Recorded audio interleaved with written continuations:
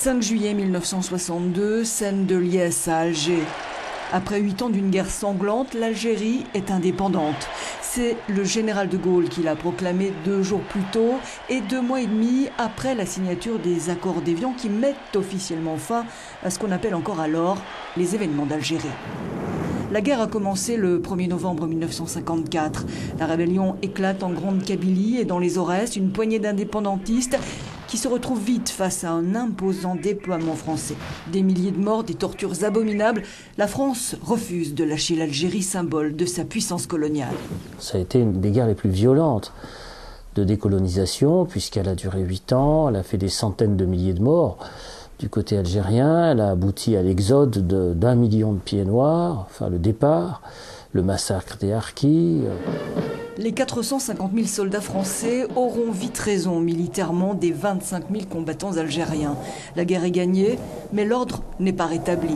En 1958, De Gaulle revient au pouvoir, il se rend à Alger, où il prononce face aux colons français le fameux « Je vous ai compris ». Mais la situation est intenable. De Gaulle finit par reconnaître qu'il ne peut garder l'Algérie. Il évoque 1 an plus tard l'autodétermination du peuple algérien, ce qui provoque la colère des Français d'Algérie. Mais malgré tout, l'Algérie devient indépendante en 1962. S'ensuit l'exode de 900 000 colons qui se sentent abandonnés et craignent pour leur vie. Des Français qui souvent n'ont jamais connu la France. Mais la plupart étaient des gens de conditions très modestes. C'était des petits fonctionnaires, des petits artisans, des petits commerçants, etc. Bon, ceux-là, quand ils ont été rejetés par l'histoire, ils arrivent en France en 62. Et jusqu'à nos jours, ils vivent dans le souvenir, dans le ressentiment. Et c'est du monde, c'est beaucoup de monde. Il n'y a pas d'équivalent dans l'histoire. Une histoire qui ne s'est jamais vraiment terminée. À la vraie guerre a succédé la guerre mémorielle. L'Algérie rêvait d'un avenir meilleur, la France a voulu enterrer les souvenirs. Les cicatrices ne se sont jamais refermées. Et on pensait comme ça, à la fois par l'amnistie, par l'amnésie, qu'on allait oublier tout ça et que dans le fond, le temps effacerait tout ça.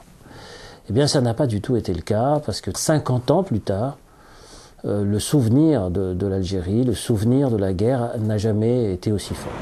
Tout comme les espoirs de réconciliation. Une réconciliation dont on sait qu'elle ne pourra faire l'économie d'une mise à plat des responsabilités.